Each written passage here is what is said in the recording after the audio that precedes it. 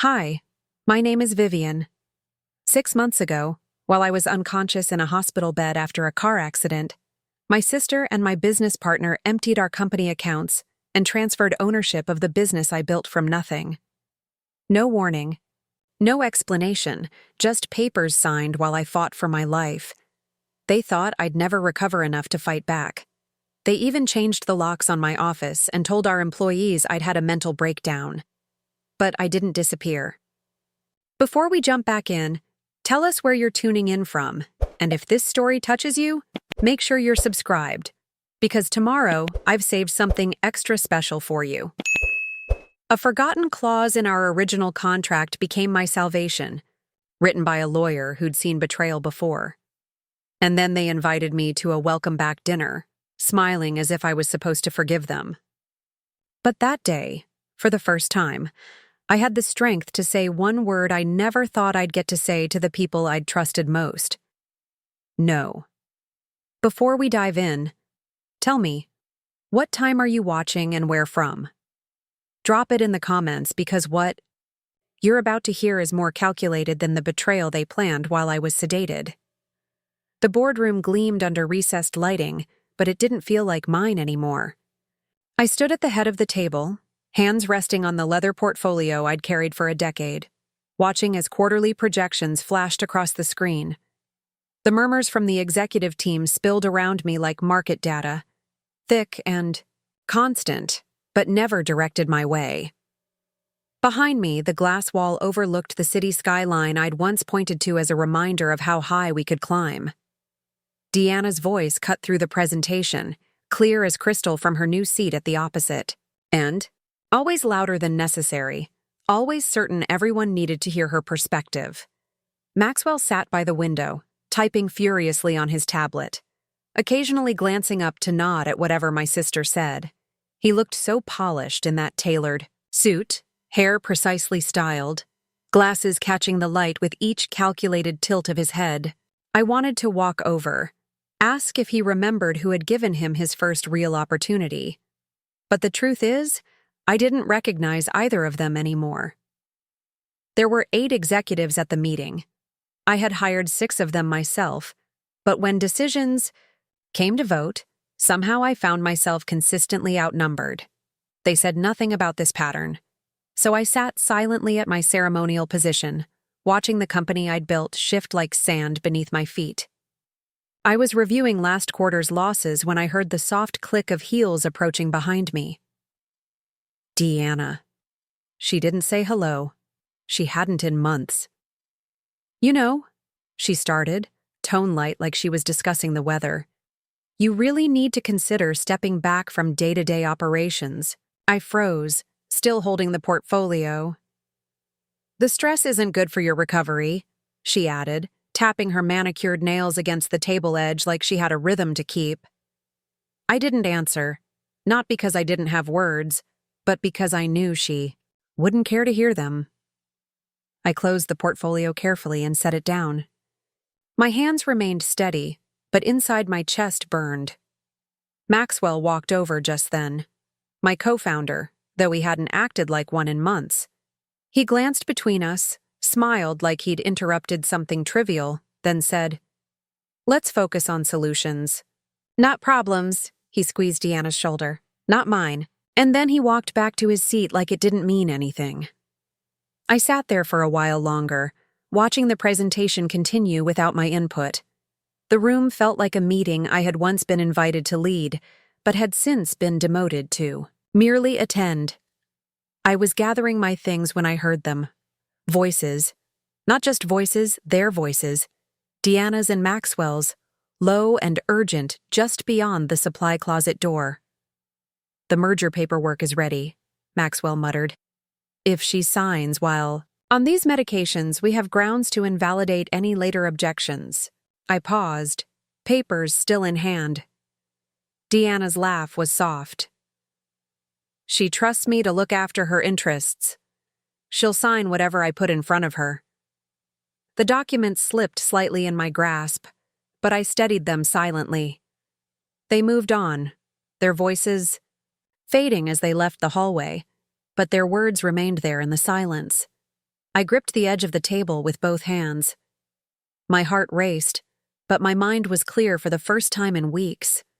I didn't panic. That would have made it real.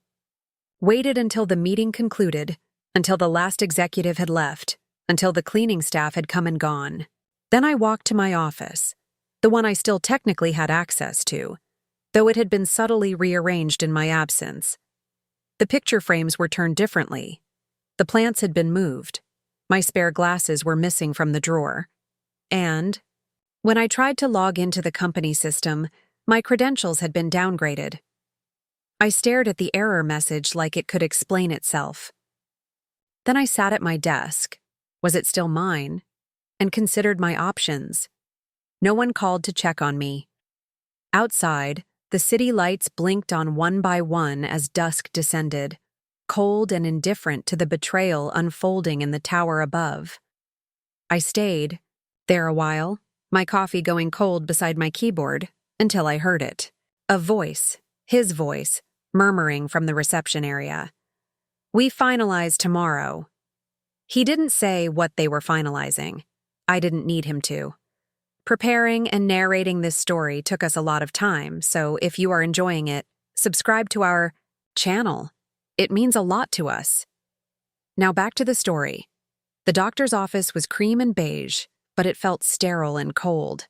I sat on the padded exam table, my fingers tracing the edges of my discharge papers while Dr. Harlow reviewed my latest scans. The fluorescent lights hummed overhead, casting everyone in a sickly pallor that made me wonder if I actually looked as recovered as I felt.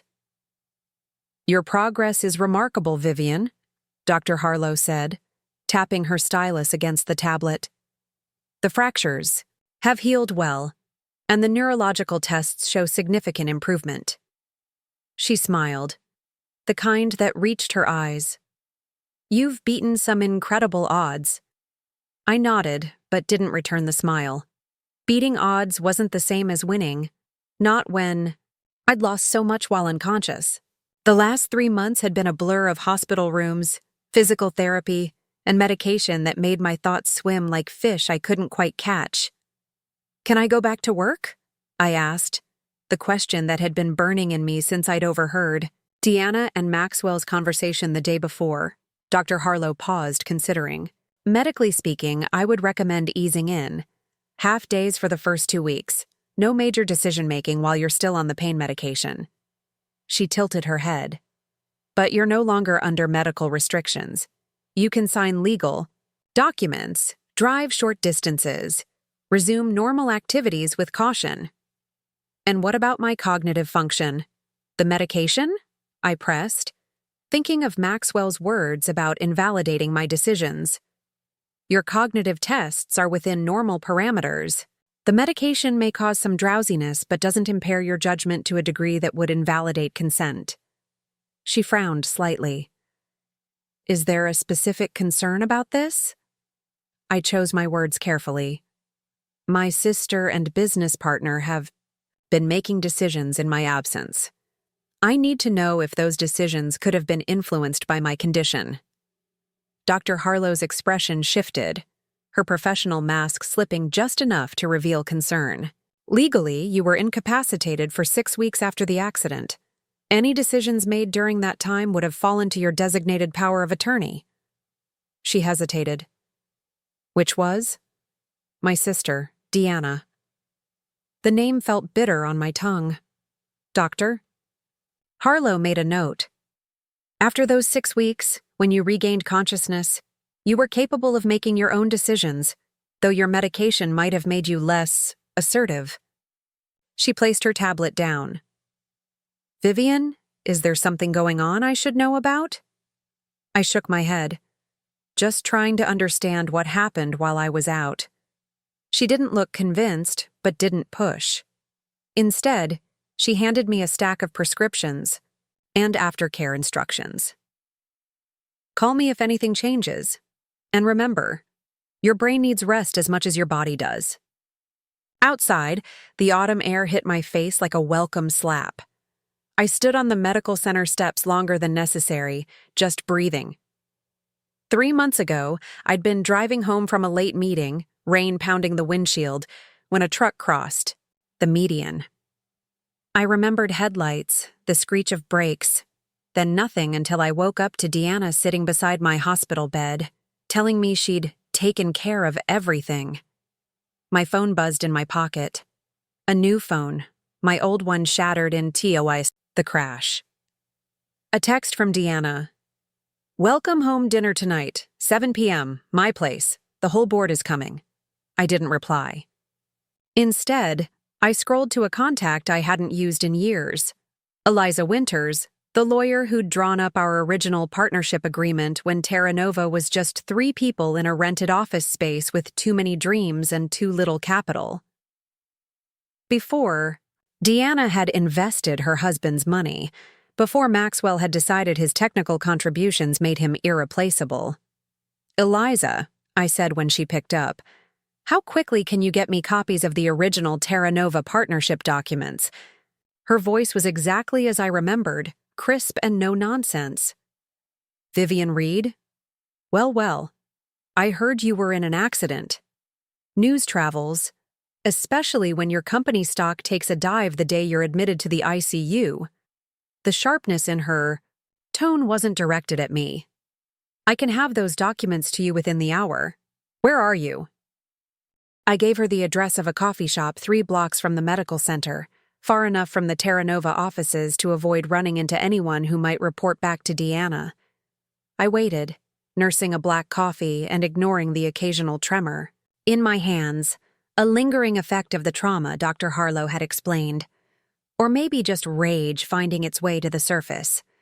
Eliza arrived looking exactly as she had 5 years ago. Iron gray bob, charcoal pantsuit, expression that suggested she'd already considered and rejected whatever excuses you were about to offer. She placed a sealed envelope on the table and sat down without ordering. "I made copies of everything before I left the firm," she said without preamble. "Something about the way your sister conducted herself during board meetings made me think, you might need them someday." I raised an eyebrow. "That's unusually prescient." "That's recognizing a snake oil salesman when I see one." She tapped the envelope. "Article 17, subsection B. Read it carefully." I opened the envelope and spread the documents across the small table, scanning until I found the section she'd referenced. The language was dense, legal in a way that normally made my eyes glaze over. But one paragraph stood out, marked with a small star in the margin, Eliza's notation from years ago. "In the event that any founding partner becomes temporarily incapacitated, a 3-month probationary period of leadership transition shall be observed before any permanent transfer of controlling interest can be ratified. All stock transfers initiated during period of incapacitation are subject to reversal upon partner's recovery and explicit written consent." I looked up. "It means they jumped the gun," Eliza said, satisfaction evident in her voice. "According to your medical records, which I took the liberty of requesting copies of." "Don't look at me like that. I still have your medical proxy paperwork from when we set up the company. You weren't declared fully recovered until yesterday." Which means any transfers of stock, any changes in leadership structure, any merger deals they've initiated." I felt a smile spread across my face for the first time in months. "All voidable at your discretion." Eliza's smile was thin and predatory. "Provided you act quickly." I gathered the papers, mind racing. "How quickly?" "The standard is 10 business days from medical clearance in most jurisdictions. So starting yesterday," she tapped her watch. "The clock is ticking." I nodded, tucking the documents carefully into my bag. "And if they've already signed deals with outside parties, those parties would have a reasonable expectation that proper authority was in place for the signatories." Her eyes narrowed. "Unless, of course, there was evidence suggesting they knew about your incapacitation and deliberately acted to circumvent your authority. Evidence like emails, board meeting minutes, recorded conversations? Precisely that kind of evidence." Eliza stood. "Your company's server automatically archives all communications. if I recall the system I helped you set up. It does, I smiled. And interestingly, they never revoked my administrator access, just buried it under new user protocols. Eliza nodded approvingly. You always were thorough, Vivian. It's why I agreed to represent a tech startup with more ideas than capital in the first place. She paused. What will you do about tonight's dinner? I considered the question, weighing options, potential scenarios unfolding in my mind like code I was debugging. I'll go, smile, observe. Let them think I'm still the confused, grateful sister who doesn't understand what they've done. And tomorrow? I stood, steadier than I'd felt in months. Tomorrow I start taking back what's mine. Outside, the sky had darkened to twilight. Street lamps flickered on, illuminating the path ahead in pools of light and shadow. I checked my watch. 3 hours until dinner. Enough time to go home, change, review the documents more thoroughly. Enough time to armor myself with knowledge. My phone buzzed again. Another text from Deanna. Wear something nice. Investors will be there. I smiled at the screen, not bothering to reply. Of course there would be investors. They would want to parade me around. The miraculous recovery. The founder stepping back into a ceremonial role, while the visionary new leadership took Terra Nova into the future. They had no idea what was coming. Deanna's house gleamed under strategically placed landscape lighting, the modern angles and glass walls a monument to success rather than a home. I parked my modest sedan between a Jaguar and a Tesla, checking my reflection in the rearview mirror. I'd chosen a simple black dress, conservative enough to suggest I was still recovering, elegant enough to remind them who I was before the accident. My hair was swept back, revealing the thin scar along my hairline, a visible reminder of what I'd survived. I sat in the car a moment longer, steadying my breathing. The documents from Eliza were tucked safely in my apartment, copies saved to 3 separate secure locations.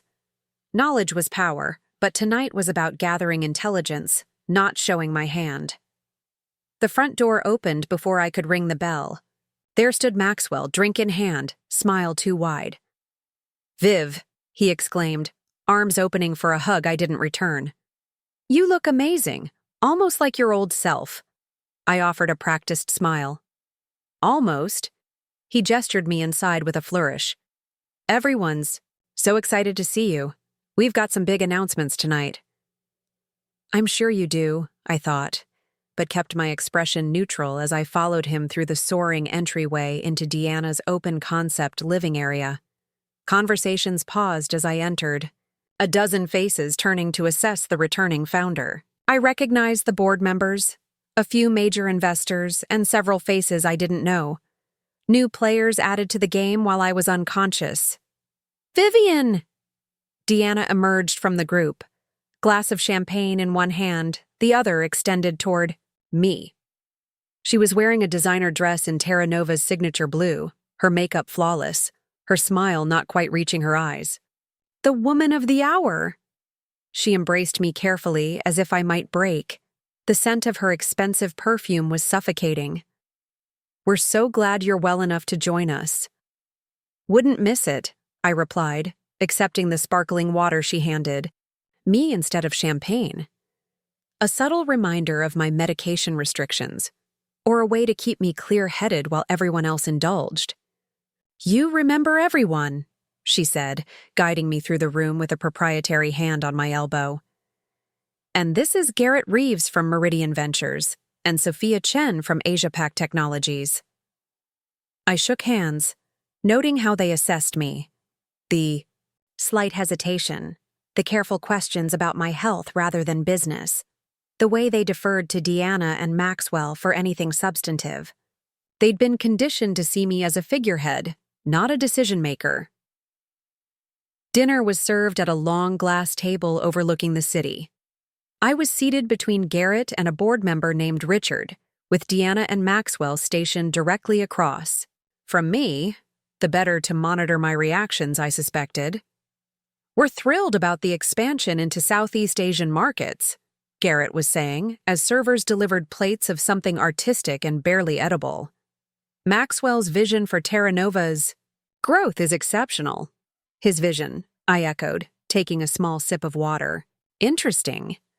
Maxwell cleared his throat. Vivian was always focused on domestic growth, but with her absence, we had an opportunity to think bigger. I've always believed in thinking bigger, I said mildly. That's why I founded the company. Brief, uncomfortable silence fell over the table. Deanna jumped in smoothly. What Vivian created gave us the foundation to build something truly global. That's why tonight is so special. She raised her glass. To new beginnings, built on visionary foundations. Everyone raised their glasses. I noted who met my eyes and who avoided them. Speaking of new beginnings, Maxwell said, setting down, his glass with a deliberate click. We have some exciting news to share.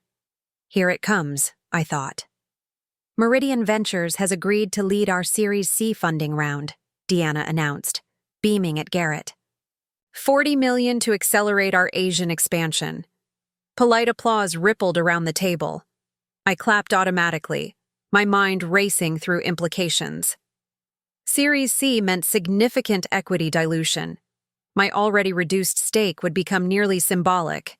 And, Maxwell continued, we're announcing a strategic partnership with Asia Pac Technologies that includes a partial acquisition of Terra Nova's enterprise division. My hand froze mid-clap. The enterprise division was our most profitable segment, the one I'd built personally from our first major client. What percentage? I asked, the question slipping out before I could stop it. A flicker of annoyance crossed Deanna's face. 51%. It's a controlling interest, but with significant autonomy. Congratulations, I said, voice steady despite the rage building inside me. When does this close? Maxwell and Deanna exchanged a quick glance. Actually, Maxwell said, reaching into his jacket pocket, we have the final paperwork here. Since you're officially back, we thought it would be symbolic to have you sign as well. A passing of the torch, so to speak. He slid a thick document across the table. I didn't touch it. You want me to sign acquisition papers at a dinner party? I kept my tone light, curious rather than accusatory. Deanna laughed, a practiced sound. Just a formality, really. The board already approved everything while you were recovering. We just thought it would be nice to include you. So thoughtful, I murmured, finally reaching for the document. I made a show of flipping through it slowly as if my cognitive processing was still delayed. And this was approved when exactly? Last month, Maxwell said. The vote was unanimous. Looked up, making eye contact with Richard beside me. Unanimous? That's impressive. Richard shifted uncomfortably. We felt it was in the company's best interest given the circumstances. Of course, I said, continuing to turn pages without reading them. And my shares? How were they voted? Another uncomfortable silence. Your proxy agreement, Deanna said finally. After 60 days of incapacitation, your voting rights transferred temporarily to me as your medical proxy. It's standard procedure. Right. I closed the document and slid it back across the table. I think I'll need to review this more carefully. Tomorrow. Doctor's orders. No major decisions while on medication. I tapped my water glass with a small smile. Maxwell's jaw tightened. It's really just a formality, Viv. Everything's been decided. Then another day won't matter, I replied, my tone still pleasant but firm. I could feel the tension vibrating around the table. Investors exchanging glances, board members suddenly fascinated by their desserts. Deanna's smile remained fixed, but her knuckles whitened around her fork. Of course, she said finally. Your health comes first. Always has. The conversation shifted to safer topics. Market trends, competitor moves, someone's new vacation home in Aspen. I participated minimally, observing instead how the power flowed around the table. Maxwell clearly positioned himself as the technical visionary. Deanna managed the relationships, the social capital. Together, they'd constructed a narrative where I was respected but irrelevant, the founder whose time had passed. As coffee was served, I excused myself to find the restroom. Instead of turning down the hallway Deanna indicated, I slipped into what I knew would be her home office. The door was unlocked. Why bother securing what no one would dare to explore? Her laptop sat closed on a minimalist desk. I didn't touch it. Instead, I quickly scanned the documents arranged in a neat stack beside it. Meeting notes, acquisition details, and there, a page of handwritten calculations with my name at the top, surrounded by numbers representing my ownership percentages, decreasing in careful iterations. They'd planned this methodically. Not just an opportunistic grab when I had my accident, but a long-game strategy to dilute and eventually eliminate my control. The accident had simply accelerated their timeline. I heard footsteps approaching and quickly moved to the adjoining bathroom, flushing the toilet and washing my hands as Deanna appeared in the doorway. "Found everything okay?" she asked, eyes scanning the office behind me for signs of disturbance. "Yes, thanks." I dried my hands on a monogrammed towel. Beautiful home. The company must be doing very well. Something flickered across her face. Caution, perhaps. "We've been fortunate." "We certainly have." I moved past her toward the hallway. Some more than others. Back in the dining room, guests were beginning to leave, exchanging business cards and promises to follow up. I made my goodbyes, accepting their well wishes for my continued recovery with gracious nods. Maxwell caught me at the door, one hand on my shoulder. "Think about the signing tomorrow, Viv. It's really the best move for everyone." I met his eyes, directly. "I'm sure you believe that." Outside, the night air cleared my head. I walked to my car, noticing how Deanna watched from the window, phone already pressed to her ear. Reporting my behavior, no doubt. Strategizing next steps. I started the engine but didn't immediately drive away. Instead, I pulled out my phone and sent a text to Eliza. "They're selling the enterprise division. Closing soon. Need to move faster." Her reply came seconds later. "Meet me at the office. 7 a.m. Bring everything." I put the car in drive, a strange calm settling over me. They thought they were playing chess, carefully positioning pieces for a decisive victory. They didn't realize we were playing entirely different games. The Terra Nova headquarters stood like a gleaming monolith against the morning sky, 22 floors of glass and steel that had once represented everything I'd built. Now it felt like approaching an occupied territory. I arrived at 6:45 a.m., deliberately early to avoid the usual crowd of employees arriving at 8:30. My access badge still worked. They hadn't thought to deactivate it, or perhaps they'd wanted to maintain appearances. The lobby security guard looked up in surprise as I approached the desk. "Ms. Reed, welcome back." His genuine smile was the first I'd seen since waking up in the hospital. "We've all been pulling for you." "Thanks, Marco." I returned his smile. "I'm getting an early start today, still adjusting to being back." Of course, of course." He waved me through. "Your office is just like you left it. Ms. Ward had us keep it that way." I doubted that was entirely true, but nodded my thanks and headed for the executive elevator. The ride to the 18th floor was quiet, the building still largely empty. When the doors opened, I was greeted by the Terra Nova logo illuminated on the wall opposite. A stylized Nova star, the explosion of light and energy I'd designed myself in the company's early days. My office door was closed, but unlocked. When I opened it, I understood what Marco had meant. Superficially, everything appeared untouched. My awards still lined the shelves, my ergonomic chair was positioned just as I preferred it, family photos remained on the desk. Even my collection of antique calculator patents hung on the wall. But the space felt wrong, staged, like a museum exhibit of Vivian Reed's career. The computer on the desk was new, not the customized setup I'd used before. The papers in the inbox were all dated after my accident. The personal notebook I'd kept in the top drawer was gone. I didn't bother sitting down. Instead, I walked directly to the cabinet behind my desk, pressed my thumb against the biometric lock, and waited. For a moment, I feared they might have reset the system, but the lock clicked open. Inside were the hard backup drives I'd always maintained, a habit from the early days when we couldn't afford to lose a single line of code. I removed all 3 drives and placed them in my bag just as I heard the elevator doors open down the hall. Eliza's distinctive stride, purposeful, slightly uneven from an old skiing injury, echoed through the empty office. "Points for punctuality," she said as she entered, already fully dressed in a court-ready suit despite the early hour. "Have you logged in yet?" I shook my head. "I wanted to wait for you." Smart.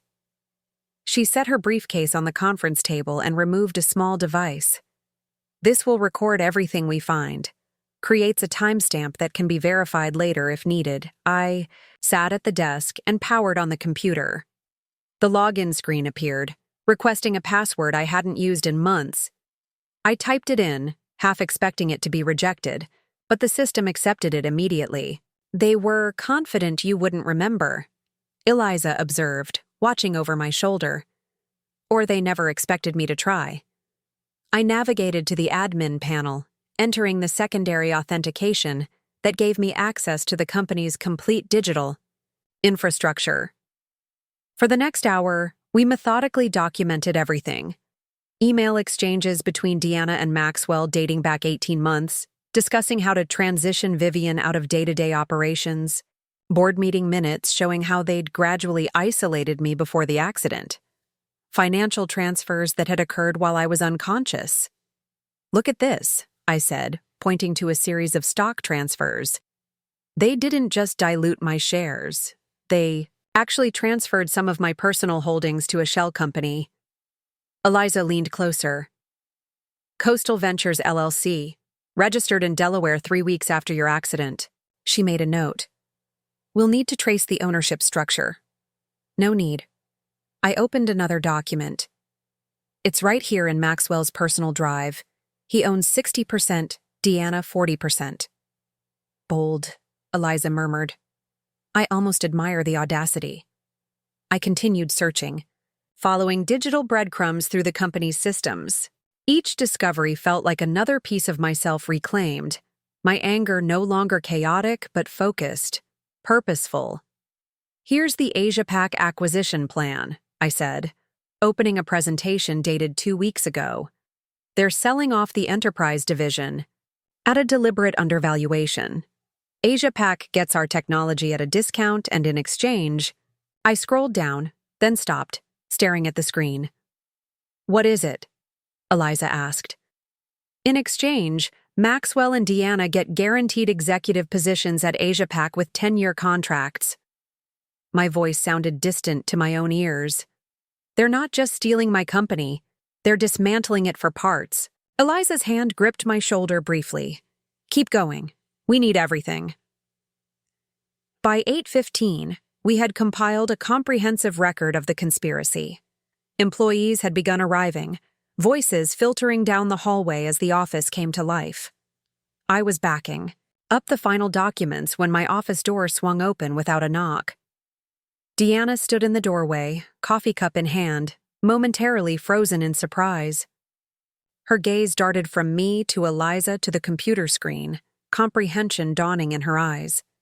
"Vivian," she said, recovering quickly. "I didn't realize you'd be in so early. The doctor said I'm cleared for work," I replied calmly, continuing to type as if her presence was merely a minor interruption. "Eliza and I were just catching up on what I've missed." "Eliza." Deanna's voice cooled as she acknowledged my lawyer. "I didn't realize we had a legal matter pending." "You do now," Eliza said pleasantly, closing her briefcase with a decisive click. Deanna's smile tightened. "I think there's been a misunderstanding.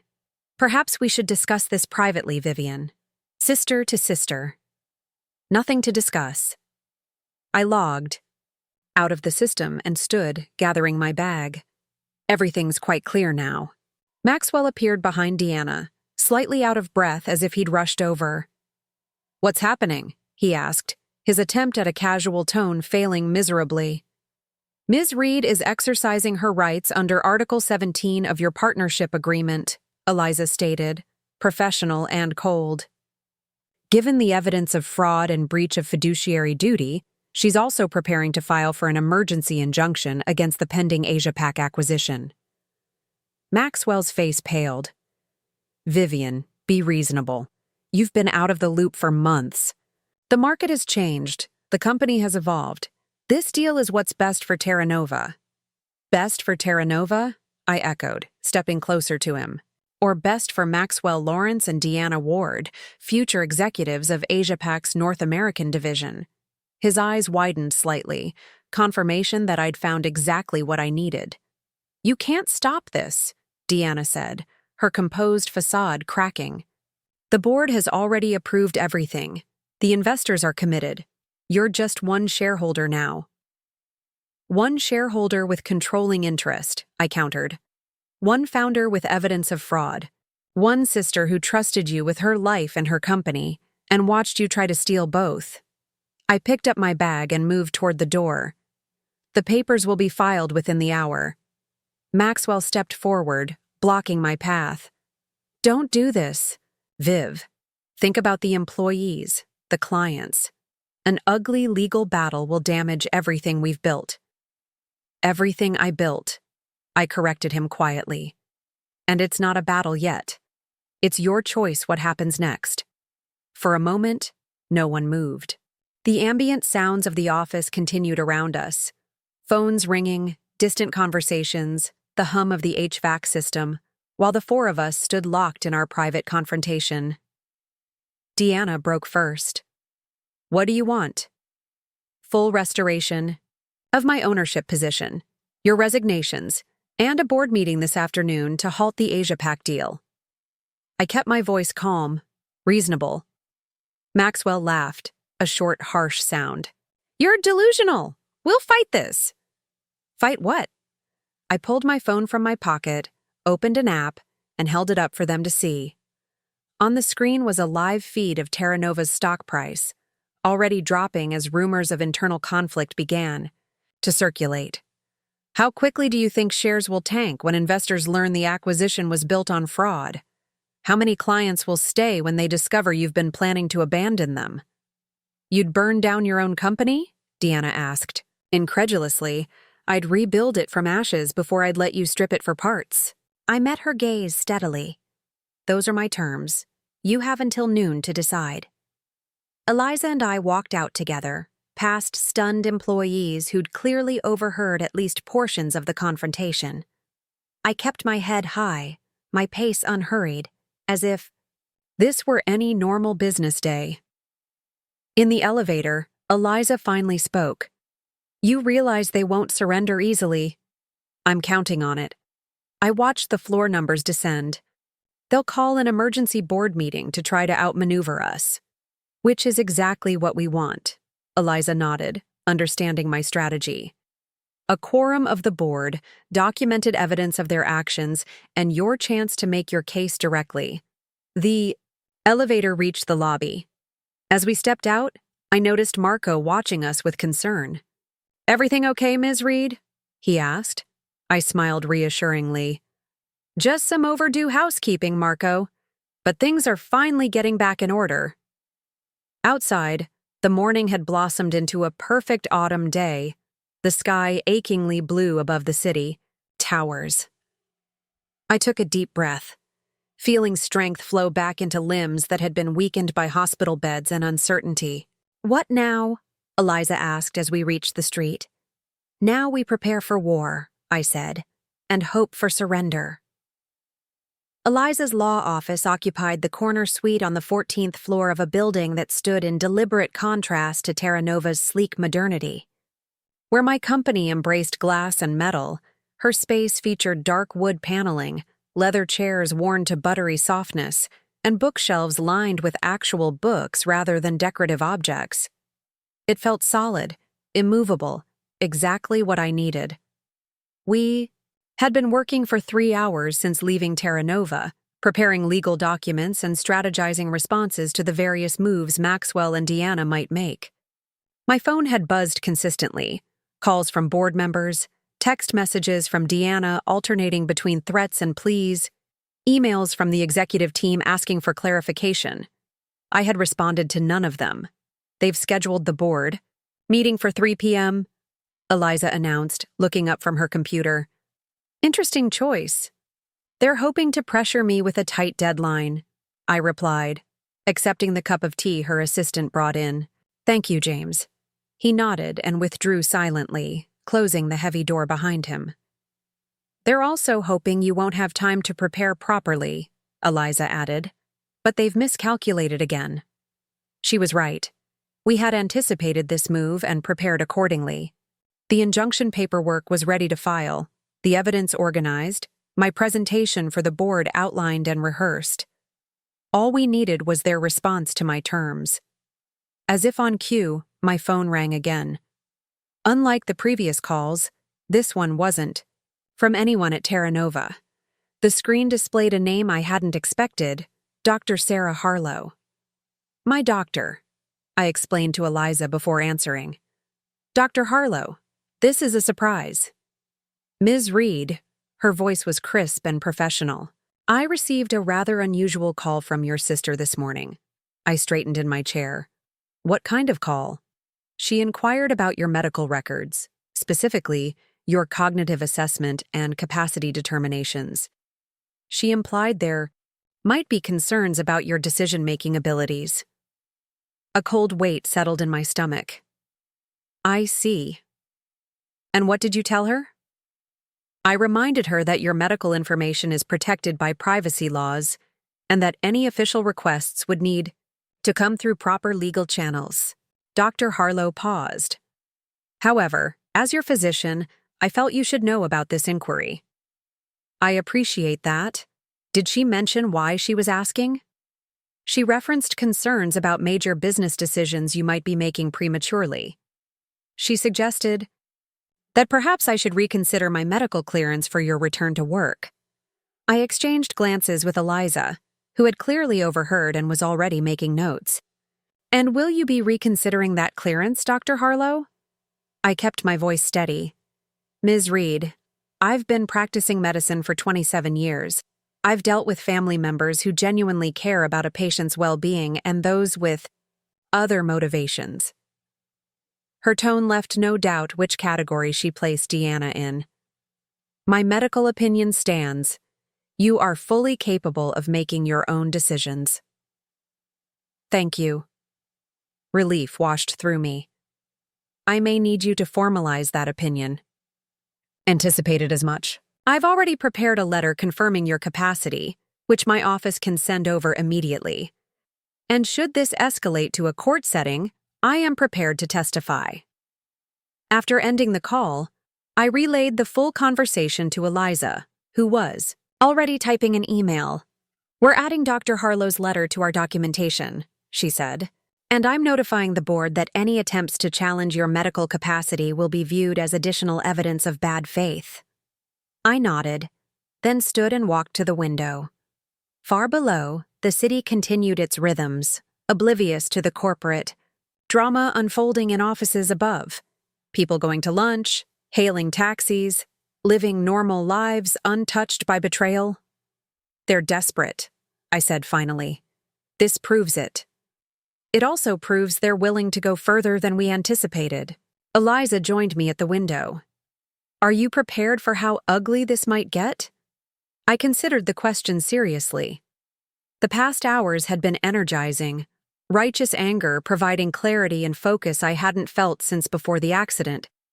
But Eliza was right to ask. This wasn't just about paperwork and legal maneuvers. This was my sister, willing to question my sanity rather than relinquish the power she'd stolen. I'm prepared, I said finally, but I'm not sure they are. At noon exactly, the deadline I'd set for their response, my phone rang. The screen showed Maxwell's name. I put it on speaker so Eliza could hear. Vivian, his voice was conciliatory. the tone he used when trying to smooth over disagreements with difficult clients. "I think we got off on the wrong foot this morning." "Did we?" I kept my response neutral. "We all want what's best for Terra Nova. This doesn't have to be adversarial." "I agree. That's why I offered terms that would settle this quickly and cleanly." He sighed, the sound artificially weary. "Those terms aren't realistic, Viv. The company has evolved while you were recovering.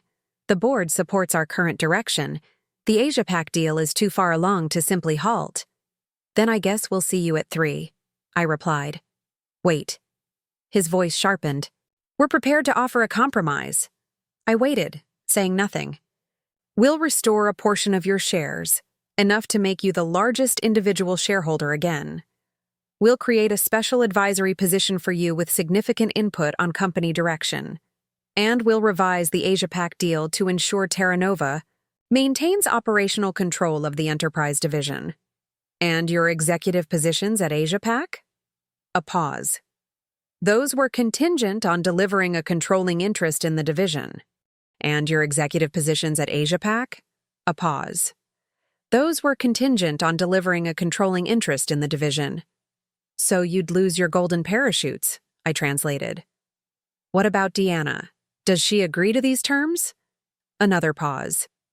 "She's willing to step back from daily operations and take a board position instead." I glanced at Eliza, who was shaking her head slightly. "Not good enough," I said. "My terms stand." "Vivian, be reasonable. Full restoration of my ownership. Position. Both of your resignations. Halting the Asia-Pac deal pending complete review. Those are my terms. I'll see you at 3. I ended the call before he could respond. "He's trying to drive a wedge between you and Deanna," Eliza observed. "Interesting that she wasn't on the call. She knows I'd be less likely to negotiate with her directly." I sat back down at the conference table where our materials were spread out. "They're stalling, hoping to find a loophole or pressure point before the board meeting." "Likely." Eliza checked her watch. "We should eat something before heading over. It's going to be a long afternoon." We ordered sandwiches that neither of us did more than pick at, too focused on finalizing our approach. At 2:30, James knocked on the door. "Ms. Reed, there's someone here to see you. He says it's urgent." I exchanged glances with Eliza. "Who is it?" "He says his name is Daniel Reeves, from the accounting department at Terra Nova." I frowned, trying to place the name. "Did he say what it's regarding?" "Just that he has information you need before the board meeting." I nodded. "Send him in." Daniel. Reeves was a thin man in his 50s, with wire-rimmed glasses and the slightly hunched posture of someone who had spent decades bent over financial statements. He entered clutching a leather portfolio, his expression nervous but determined. "Ms. Reed," he said, remaining standing even after I gestured to a chair. "I need to be quick. I'm technically at lunch, but they're watching everyone closely today." "What information do you have, Mr. Reeves?" He opened his portfolio and removed a thick folder. "I've been Terra Nova's head of internal audit for 9 years. About 6 months ago, I began noticing irregularities in the expense reporting from the executive office." My interest sharpened. "What kind of irregularities?" "At first, small things. Personal expenses coded as business. Travel for family members, listed as client meetings. But after your accident..." He placed the folder on the table and slid it toward me. The scope expanded significantly. I opened the folder to find meticulously documented expense reports, bank statements, and transfer records, all annotated in neat handwriting. "They've been systematically moving company assets into personal accounts," Daniel explained. "Setting up shell vendors, approving phantom services, directing funds offshore. I estimated the total at just over $4 million. Eliza was already scanning the documents. "Why are you bringing this to us now?" Daniel removed his glasses and cleaned them nervously with his tie. "I reported my concerns through proper channels 3 months ago. 2 weeks later, my position was eliminated, then mysteriously reinstated when I threatened to take my findings to the SEC. Since then, I've been isolated, my access restricted. He looked directly at me. When I heard you were back and challenging them, I knew it might be my only chance to do the right thing. I studied him for a moment. You're taking a significant risk, Mr. Reeves. Yes. He replaced his glasses. But I've been with Terra Nova since you had 20 employees and one product. I believe in what you built, Ms. Reed. His simple statement hit me harder than I expected. In all the legal maneuvering and power plays, I'd almost forgotten what was really at stake. Not just my company, but the culture and principles I'd established, the people who had committed their careers to that vision. Thank you, I said, extending my hand. This will make a difference. He shook it firmly, then glanced at his watch. I should go. They'll notice if I'm gone too long. After he left, Eliza and I quickly incorporated his evidence into our presentation. The financial fraud added a new dimension to our case, one that would be difficult for even sympathetic board members to ignore. We should file this with the SEC regardless of the outcome today, Eliza said, organizing the documents. Agreed. But let's give the board a chance to address it internally first. I checked the time, 2:45 p.m. We should go. As we gathered our materials, I felt a strange calm settling over me. The initial shock and rage had transformed into something cooler, more focused. This wasn't just about reclaiming what was mine anymore. It was about protecting what I'd built from those who would corrupt it. Ready? Eliza asked as we prepared to leave. I nodded, shouldering my bag. Time to take back my company. The Terra Nova. Boardroom occupied the entirety of the building's top floor, with panoramic windows offering a 360-degree view of the city. I had chosen this layout deliberately when designing the headquarters, a reminder that decisions made here should consider the broader landscape, not just internal politics. Today, that symbolism felt particularly apt. We arrived 10 minutes before the scheduled start.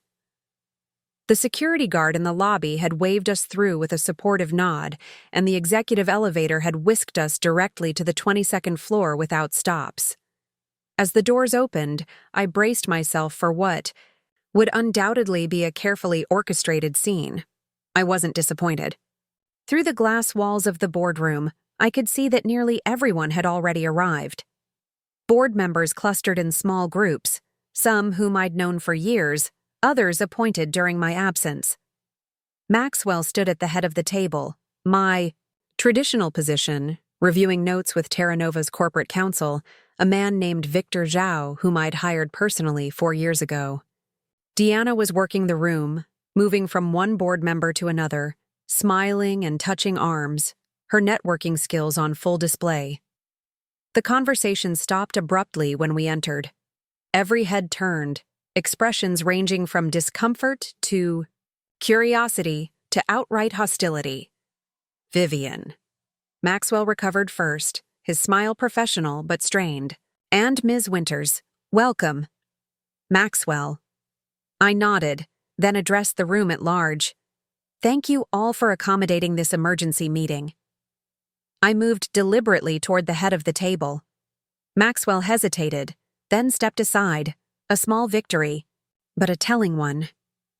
Eliza took the seat to my right, placing our materials on the table with methodical precision. I believe we're still waiting for a few members to arrive, Deanna said from across the table, her voice carefully modulated. Perhaps we should delay the formal start. I count 7 board members present, I replied, looking around the table.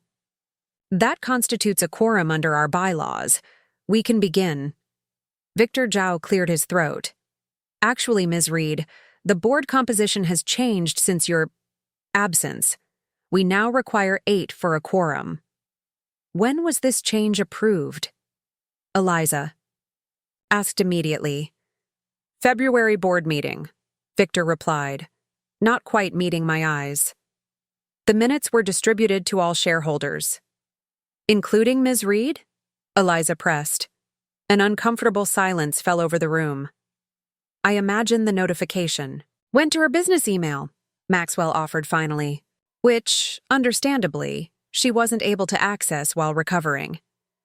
Convenient, I said, my tone mild despite the anger simmering beneath.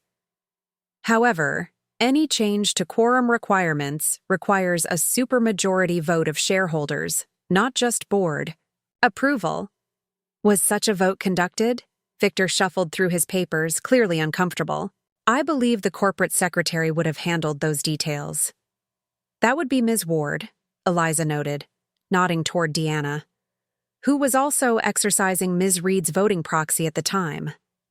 Before anyone could respond, the boardroom door opened. Again. A woman in her 60s entered, her silver hair cut in a severe bob, her navy suit impeccably tailored. Barbara Chen, Terra Nova's longest-serving outside director and my former business school professor. Barbara. I stood, genuine warmth in my greeting. We hadn't always agreed on company direction, but her integrity had never been in question. Thank you for coming. Vivian. She nodded, then took a seat midway down the table, deliberately neutral. Territory. I cut short a vacation in Napa when I heard about today's meeting. Seems there's quite a bit I missed while focusing on the quarterly reports. Her pointed comment hung in the air. As one of the audit committee members, she should have been aware of any financial irregularities. Maxwell glanced at his watch. It's past 3. I suggest we begin, even without a full quorum. We can record the proceedings and ratify any decisions when the remaining members arrive. I didn't miss his strategic concession. Better to control the narrative than argue procedural points that made them look obstructionist. Agreed, I said, taking my seat. I believe the first agenda item is my call for the immediate suspension of the Asia-Pac Technologies acquisition pending full board review. Actually, Maxwell interjected, I've prepared an agenda that begins with a briefing on your medical status and capacity to participate in company decisions at this time. Several board members shifted uncomfortably. My medical status is not relevant to this meeting, I stated firmly. But if you insist on raising it, I've brought a formal letter from my physician confirming my full capacity. I nodded to Eliza, who distributed copies to everyone present. Now, unless there are objections, I'd like to address the Asia-Pac acquisition. I object, Deanna said, standing suddenly.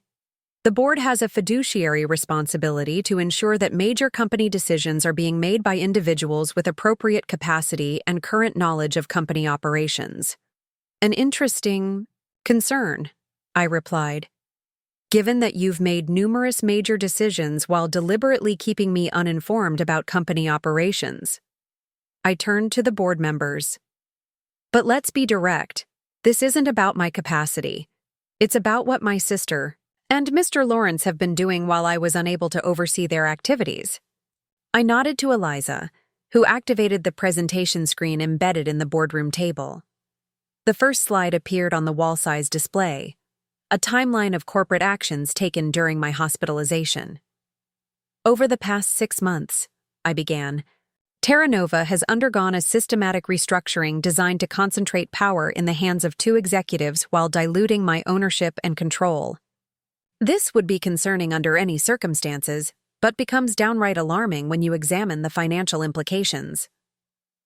For the next 20 minutes, I walked the board through the evidence we'd compiled. The unauthorized stock transfers, the altered voting rights, the self-dealing contracts with shell companies owned by Maxwell and Deanna, and finally, the details from Daniel Reeves's documentation showing the systematic misappropriation of company funds. As I spoke, I watched the reactions around the table. Barbara Chen's expression had hardened into granite. 2 newer board members exchanged alarmed glances. Victor Zhao was taking rapid notes, his earlier discomfort now full-blown anxiety. Maxwell attempted to interrupt several times, but I pressed forward, my voice steady, my presentation methodical. When I finally paused, the silence in the room was deafening. These are serious allegations, Barbara said finally. Do you have supporting documentation for all of this? Complete documentation, Eliza confirmed, pushing a flash drive across the table, including the full audit trail from Mr. Reeves, whom I believe some of you know as Terra Nova's head of internal audit. Maxwell's face had gone from flushed to ashen. This is a gross mischaracterization of necessary business activities during a transition period. Which part is a mischaracterization, Mr. Lawrence? I asked. The part where you transferred my shares to a company you personally own? Or the part where you arranged golden parachutes for yourself and Ms. Ward as part of selling off Terra Nova's most valuable division? The board approved the Asia Pac deal, he insisted, looking around for support. Everyone agreed it was the best strategic direction.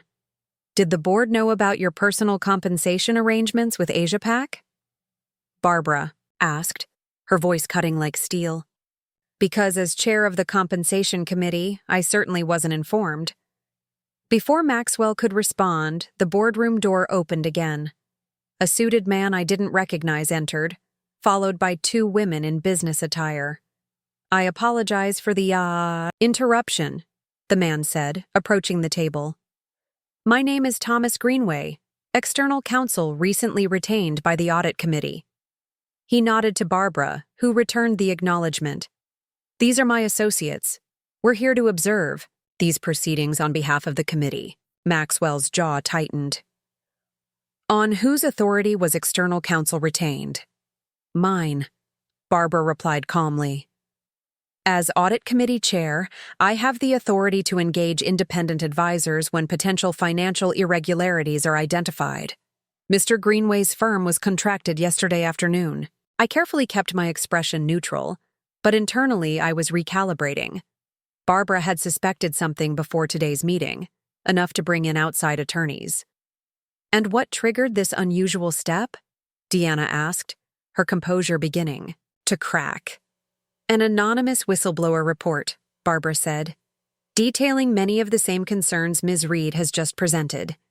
Daniel Reeves, I realized. He hadn't just prepared his documentation for today. He'd sent it through official channels as well. This is absurd, Maxwell declared, standing abruptly. These accusations are coming from a woman who's been medically incapacitated for months and is clearly confused about standard corporate governance procedures that occurred during her absence. Mr. Lawrence, Eliza interjected, her tone glacial, I would caution you against making defamatory statements about Ms. Reed's mental capacity, particularly after her physician has formally certified her competence. I move that we suspend this. Meeting pending a full independent investigation, Barbara stated firmly, and that Mr. Lawrence and Ms. Ward recuse themselves from all company operations until that investigation is complete. I second the motion, said Roger Harrington, one of the longer-serving board members who had been silent until now. This is a coup, Deanna said, standing to join Maxwell. Vivian shows up after months away and suddenly everyone's ready to throw away all the progress we've made? Progress? I echoed. Is that what you call embezzlement and self-dealing? We restored this company. Maxwell's voice rose. We took your outdated vision and modernized it. We made hard decisions you were never willing to make, and now you want to destroy everything because your feelings are hurt? I remained seated, my voice deliberately calm. This isn't about hurt feelings, Maxwell. It's about corporate malfeasance. It's about betrayal of fiduciary duty. And yes, it's about personal betrayal too. I turned to face Deanna directly. You're my sister. I trusted you with my company and my life, and you used my tragedy as an opportunity to steal everything I built. For a moment, something flickered across her face, regret perhaps, or simply calculation. Then her expression hardened. You always had to be the star, Vivian. The brilliant founder, the visionary. Did you ever once consider that maybe I had visions too? Ideas that were just as valid? You could have been my partner, I said quietly. Instead, you chose to be my replacement. Barbara cleared her throat. I believe we have a motion on the table. All in favor of suspending this meeting pending independent investigation and the temporary recusal of Mr. Lawrence and Ms. Ward from company operations? Hands rose around the table, 7 of the 9 present board members voting in favor. Only Maxwell's personal appointee and Deanna herself opposed. Victor Zhao made a careful note of the vote, his legal training overriding any personal loyalties. The motion carries, Barbara announced. This meeting is suspended pending investigation. Mr. Lawrence and Ms. Ward are temporarily relieved of their operational duties, effective immediately. This is ridiculous, Maxwell sputtered, looking to Victor for support. The bylaws don't permit the board to remove executives without Article 22, Section 4. Victor interrupted, his voice steady despite his obvious discomfort. The board may temporarily suspend any officer pending investigation of alleged misconduct or breach of fiduciary duty. He closed his notebook. It's been in the bylaws since initial incorporation. I remembered drafting that provision myself, never imagining it would one day protect the company from people I had trusted most. We'll fight this, Deanna said, gathering her things. The shareholders will have the final say. I look forward to that vote, I replied evenly. Especially once they've reviewed the full documentation of your activities, Barbara stood.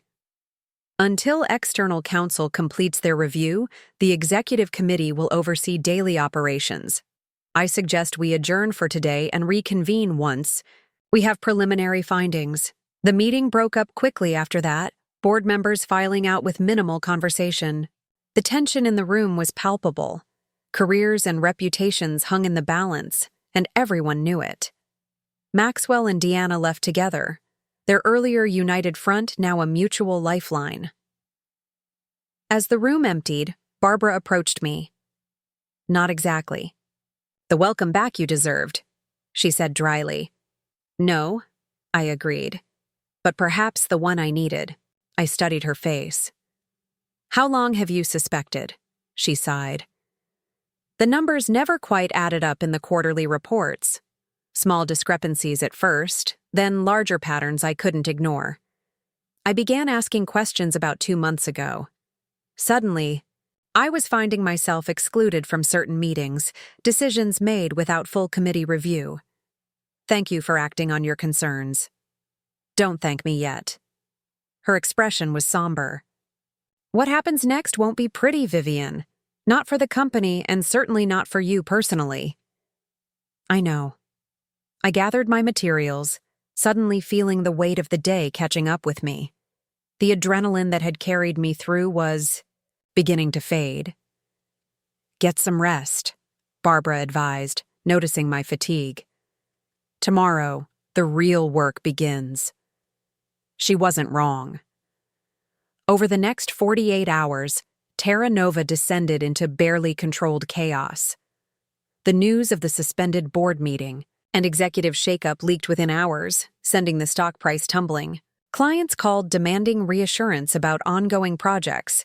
Employees gathered in confused clusters throughout the building, speculation running rampant.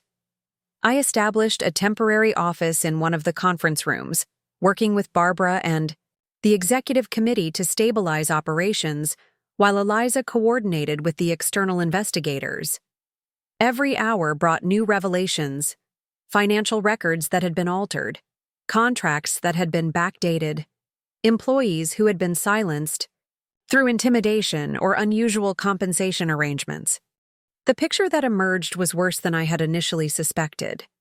Deanna and Maxwell hadn't just opportunistically taken advantage of my accident. They had been systematically positioning themselves for a takeover for nearly a year before the crash. My accident had simply accelerated their timeline.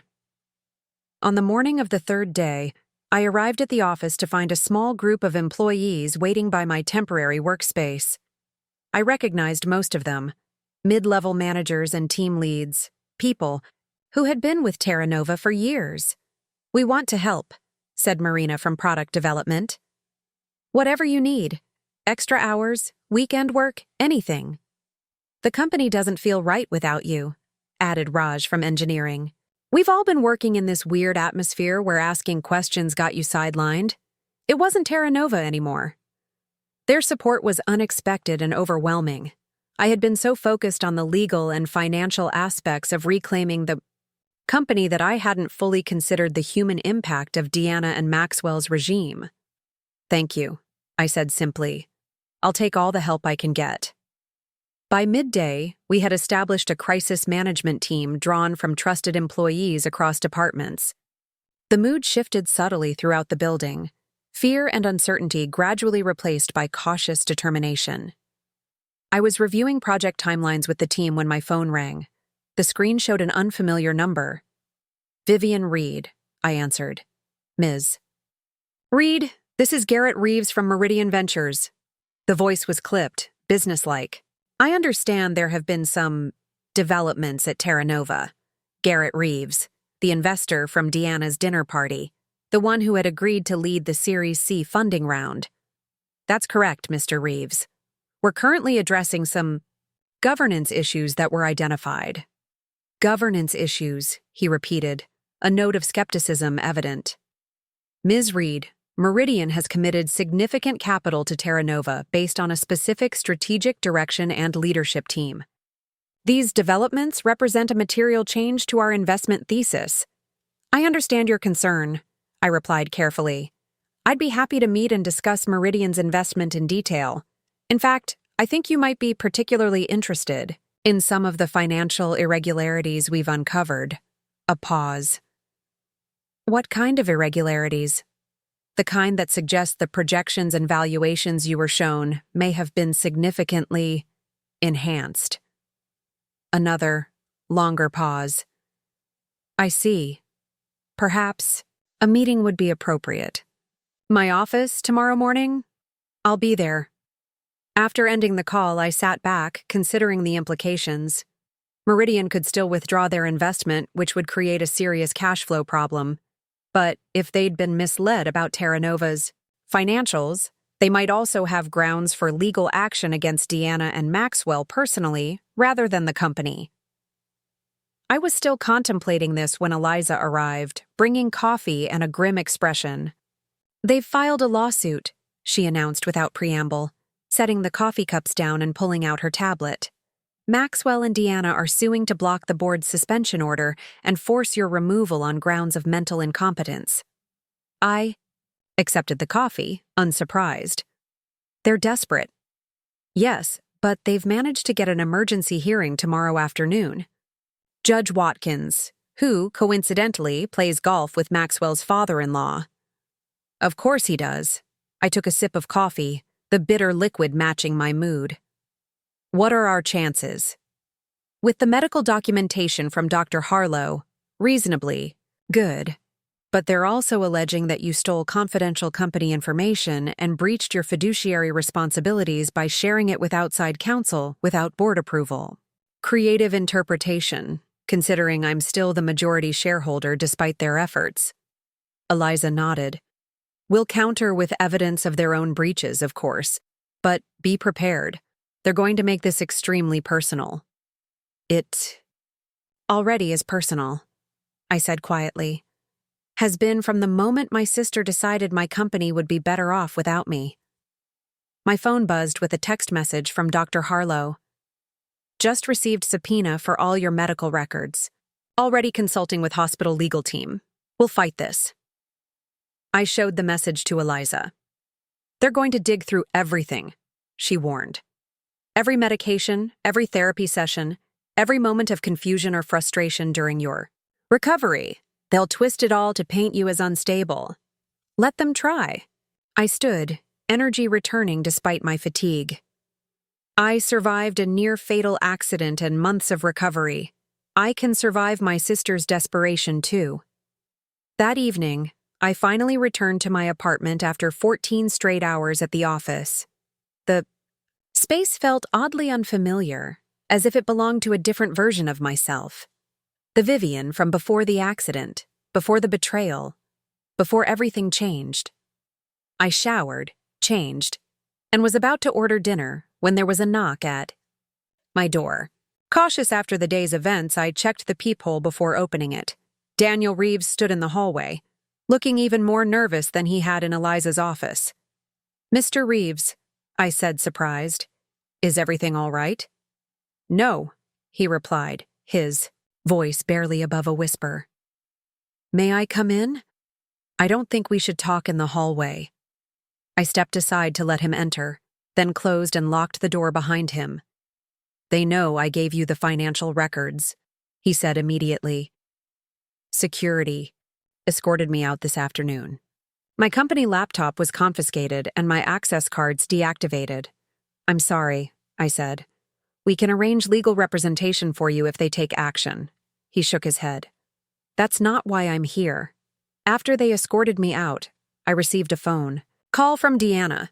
She said she knew I was the whistleblower, both to you and to the audit committee. He swallowed hard. "She said if I testified about what I found, she would make sure my wife lost her medical coverage. She has cancer, Ms. Reed. Stage 3. The treatment costs are astronomical." The casual cruelty of the threat was so perfectly aligned with the, Deanna, I now knew that I wasn't even shocked. "Your wife's treatment will be covered," I assured him. "I'll guarantee it personally if necessary. And we'll make sure you're protected from any retaliation." His shoulders sagged in relief. "There's something else. Before they took my laptop, I managed to download one more file. I wasn't sure it was important until I reviewed it at home." He withdrew a USB drive from his pocket and handed it to me. "What is it?" I asked. "Emails between Maxwell and someone at AsiaPac Technologies. They discuss the exit strategy for the enterprise division sale. There's specific mention of deliberately undervaluing Terra Nova's proprietary algorithms to justify the lower purchase price." I connected the drive to my laptop and quickly reviewed the emails. They were exactly as Daniel had described. Explicit discussion of artificially devaluing company assets to facilitate a smoother acquisition while maximizing their personal benefit. "This is securities fraud," I said, looking up at him. "Clear. Evidence of intent to mislead investors and shareholders." Daniel nodded grimly. "That's what I thought. Will it help?" "It might just save the company," I replied, already forwarding the files to Eliza and Barbara. "And it will definitely change tomorrow's court hearing." After Daniel left, I stood by my apartment window, watching the city lights flicker against the darkening sky. Tomorrow would bring another battle, in court, with investors, for the soul of the company I'd built. But for the first time since waking in that hospital bed, I felt completely certain of my path forward. Whatever came next, I would face it not as a victim seeking justice, but as a leader reclaiming what was rightfully mine. The courthouse stood like a stone sentinel in the morning light, its weathered granite facade projecting the permanence and gravity of legal proceedings that had unfolded within its walls for over a century. I paused on the steps, adjusting the sleeve of my charcoal suit, chosen deliberately for its conservative cut and understated authority, before climbing toward the imposing entrance. Eliza walked beside me, her litigation briefcase in one hand, tablet in the other, occasionally fielding questions from our legal team that followed a few paces behind. We had arrived an hour before the scheduled hearing, intending to review our strategy once more in the privacy of an attorney conference room. "Remember," Eliza said quietly as we passed through security, "Judge Watkins is notoriously impatient with emotional arguments. We stick to facts, documentation, and precedent." "I understand," I replied, though my heart pounded with emotions that threatened to override my carefully maintained composure. This wasn't just any legal proceeding. This was my sister and former partner attempting to declare me mentally incompetent in open court. We were directed to courtroom 3 on the second floor, its heavy wooden doors still closed for the preceding case. As we waited in the marble hallway, I noticed a familiar figure approaching from the opposite direction. Dr. Sarah Harlow walked with the confident stride of someone accustomed to giving expert testimony, a leather portfolio tucked under one arm. When she spotted me, she altered her course to join us. "Ms. Reed," she greeted me with a professional nod. I've brought the complete medical file as requested, along with my own supplementary report addressing specific questions about your cognitive capacity during and after recovery. Thank you for coming, I said sincerely. I know how busy your schedule is. Some things take priority. Her expression was serious. Attempted abuse of medical testimony to deprive someone of their rights is one of those things. Eliza introduced herself and immediately began conferring with Dr. Harlow about the anticipated line of questioning. I found myself tuning out the legal jargon, my attention drawn to the elevator bank where the doors had just opened. Maxwell emerged, first wearing a navy suit that probably cost more than my monthly mortgage payment. He was flanked by two attorneys I didn't recognize, likely specialists brought in for this particular hearing. Behind them came Deanna, dressed in a cream-colored suit that emphasized her polished, professional appearance, the concerned sister, not the corporate raider. Our eyes met across the hallway. For a moment, something flickered in her expression. Not guilt exactly, but perhaps recognition of the magnitude of what she had set in motion. Then her gaze hardened, and she leaned to whisper something to one of the attorneys, who nodded and made a note. Ms. Reed. A court officer approached. Judge Watkins would like to speak with counsel in chambers before the hearing. Eliza straightened, exchanging glances with me. All counsel? Yes, ma'am. Both sides. Stay with Dr. Harlow, Eliza instructed me. We won't be long. As our respective legal teams disappeared into the judge's chambers, an uncomfortable silence fell over the hallway. Maxwell positioned himself at the far end, suddenly fascinated by his phone. But Deanna, after a moment's hesitation, walked directly toward me. You don't have to do this, she said without preamble. We can still resolve this privately. You filed a lawsuit questioning my sanity, I replied evenly. You issued threats against an employee's sick wife. I think we're well past private resolution, Deanna. She glanced at Dr. Harlow, who had moved a few steps away to give us the appearance of privacy while remaining within earshot, a fact Deanna surely recognized. I did what was necessary to protect the company, she said, lowering her voice. You were gone, Vivian. For weeks, we didn't know if you would ever wake up, let alone return to work. Decisions had to be made.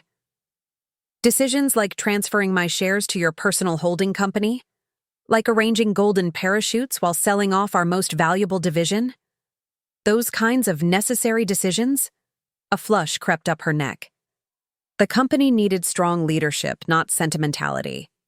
You've always been too attached to your original vision to see when change was needed. And you've always been too focused on what you don't have to appreciate what you do, I countered.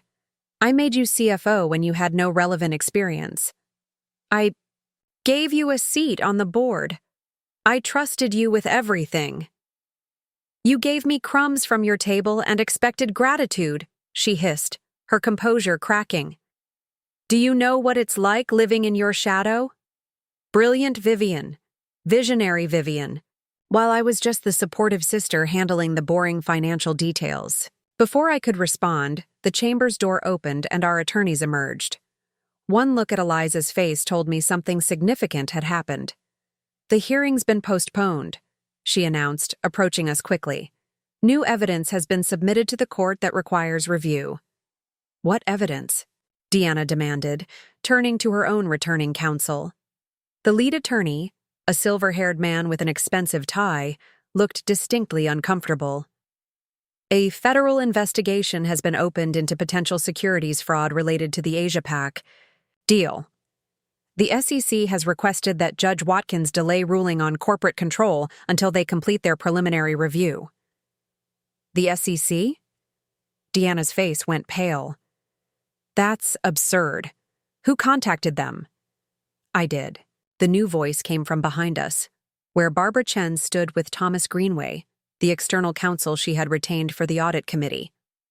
Or rather, Mr. Greenway did, on behalf of the committee. The evidence of fraud was too significant to ignore our regulatory obligations. Maxwell had finally looked up from his phone, his expression a mixture of anger and fear. This is a corporate governance dispute, not a criminal matter. Securities fraud is very much a criminal matter, Mr. Lawrence, Greenway replied calmly, as is wire fraud, which may apply to certain financial transactions the audit committee has identified. The hallway fell silent as the implications sank in. This was no longer simply about control of Terra Nova. It had escalated to potential criminal charges. Deanna recovered first. This is a transparent attempt to prejudice our case. We'll be filing a complaint about this obvious coordination. Feel free, Eliza replied. But the SEC investigation will proceed regardless. Their interest tends to do that when presented with explicit evidence of fraud. The elevator doors opened again, and to my surprise, Garrett Reeves from Meridian Ventures stepped out, accompanied by a woman I recognized as his firm's general counsel. "Ms. Reed," he called, striding toward our increasingly crowded section of hallway. "A moment of your time?" "Mr. Reeves," I acknowledged. "I believe we had a meeting scheduled for later today."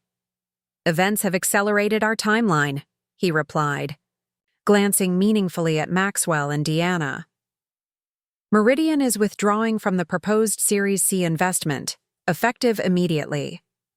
Maxwell stepped forward. "You can't do that. We have a binding term sheet, which contains standard material adverse change provisions," Reeves's counsel interjected smoothly. "SEC investigations certainly qualify. But more importantly," Reeves continued, "we're filing our own complaint regarding the financial projections and valuations presented to us during due diligence. Our forensic accountants have identified significant discrepancies between the numbers we were shown and Terra Nova's actual performance. The legal implications were cascading now, each new development further undermining Maxwell and Deanna's position. Their attorneys huddled together, speaking in urgent whispers while occasionally glancing our way. Deanna approached me once more, her voice low and intense.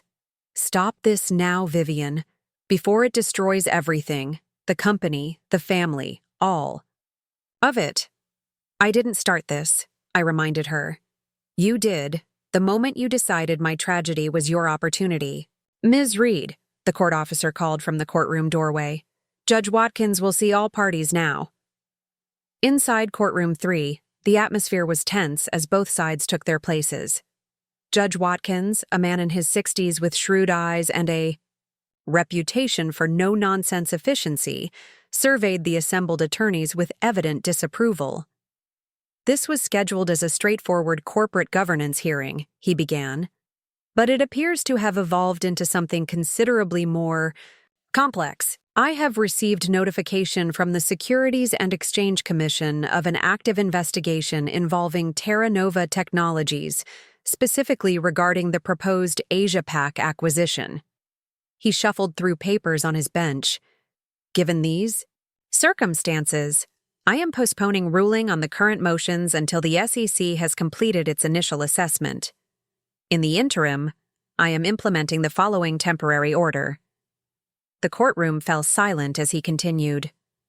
"First, neither Ms. Reed nor Mr. Lawrence nor Ms. Ward shall exercise executive authority at Terra Nova, pending resolution of these matters.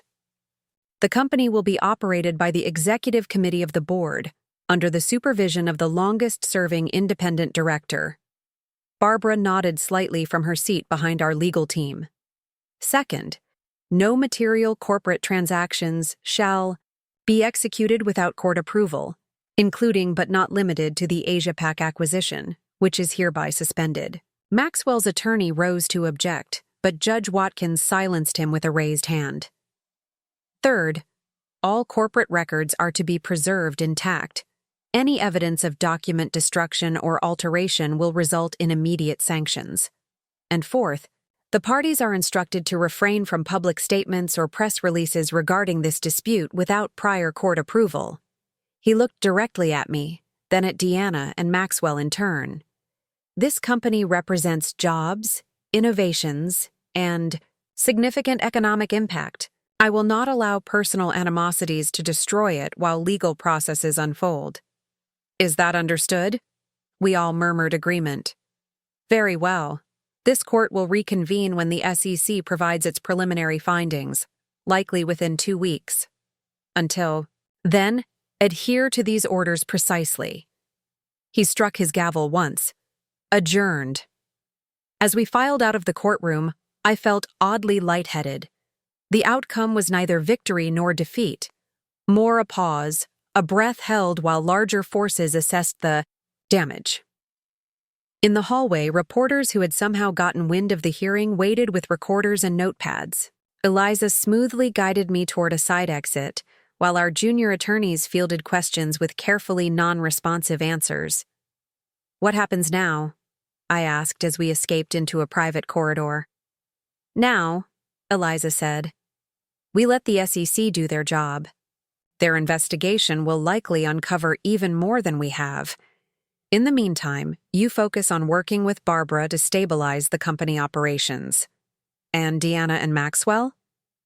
They're facing serious consequences, Vivian, beyond losing control. Of Terra Nova, they're looking at potential civil penalties and possibly criminal charges. Their attorneys will be strongly advising settlement negotiations." Outside, the afternoon sun felt unexpectedly warm after the air-conditioned chill of the courthouse. I paused on the steps, watching as Deanna emerged from a different exit, surrounded by her legal team. Our eyes met briefly across the plaza. This time, there was no mistaking the emotion in her expression. Fear. For a moment, I felt a flicker of something like pity.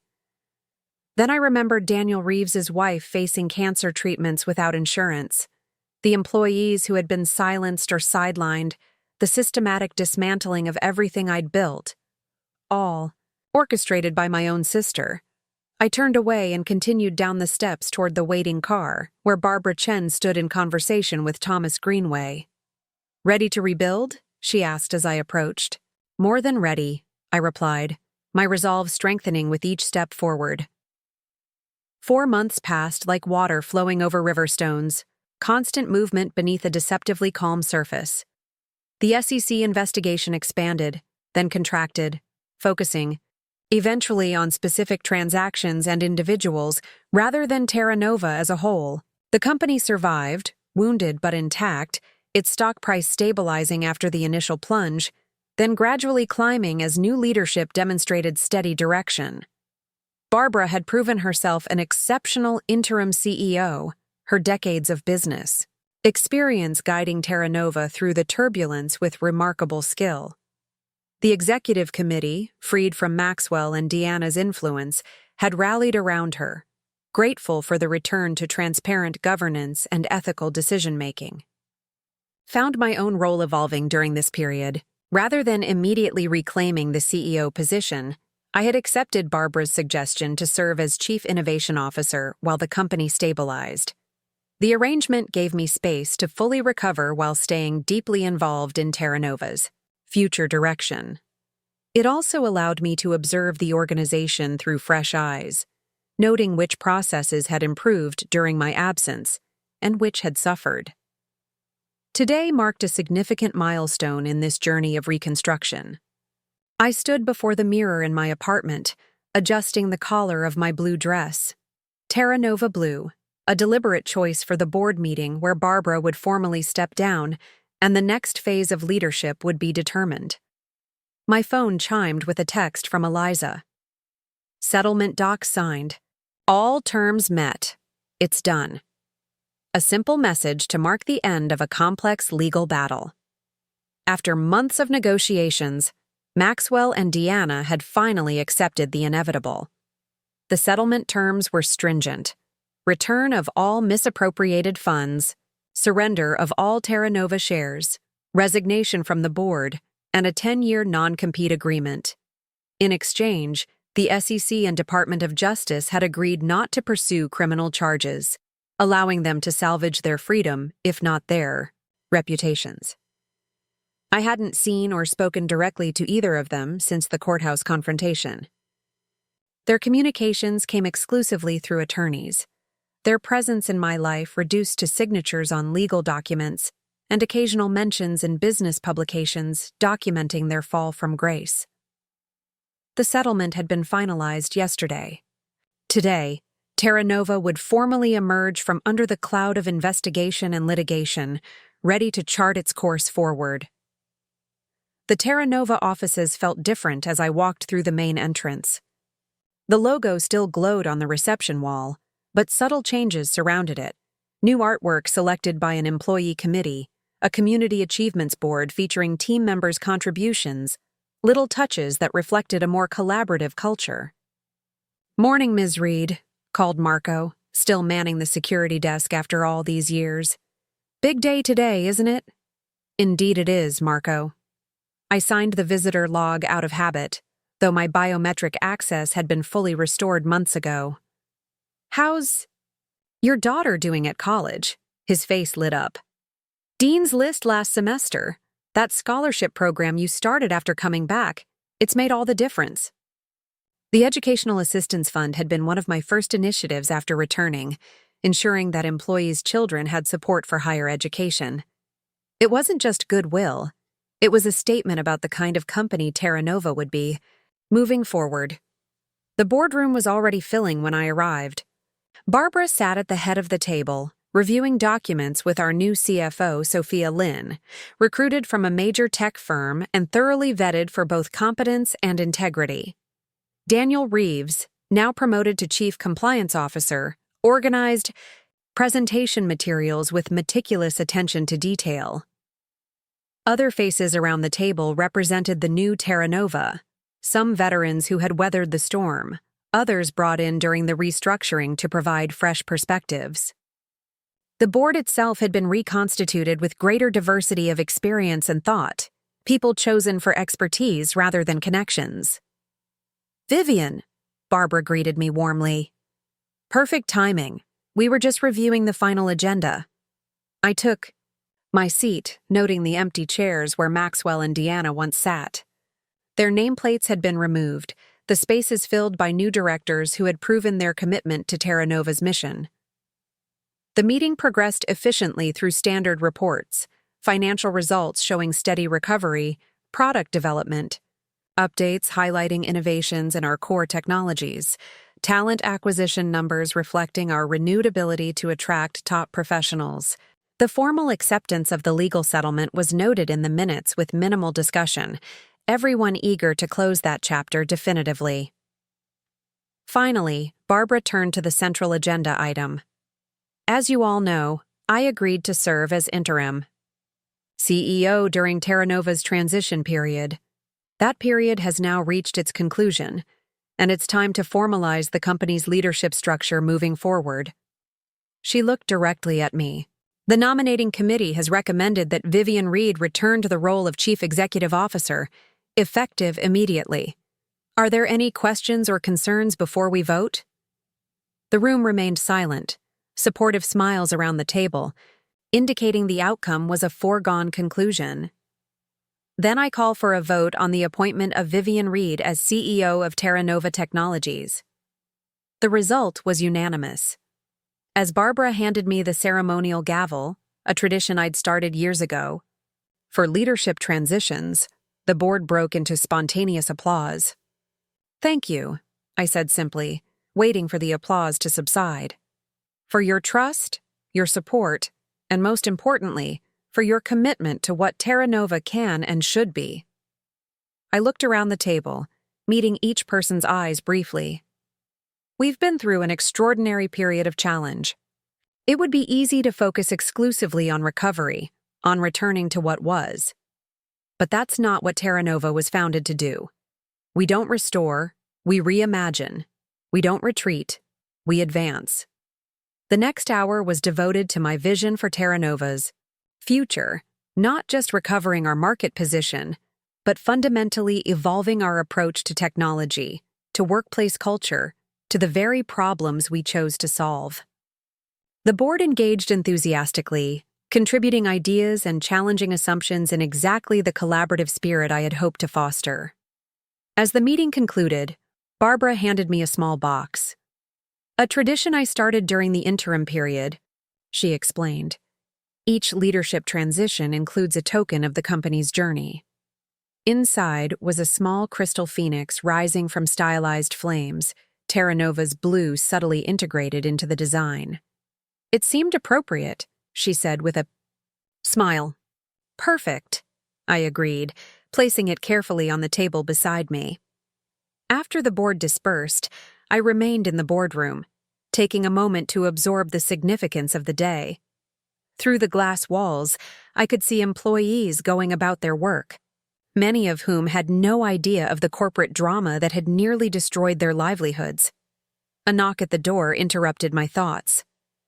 Marina from product development stood there, tablet in hand.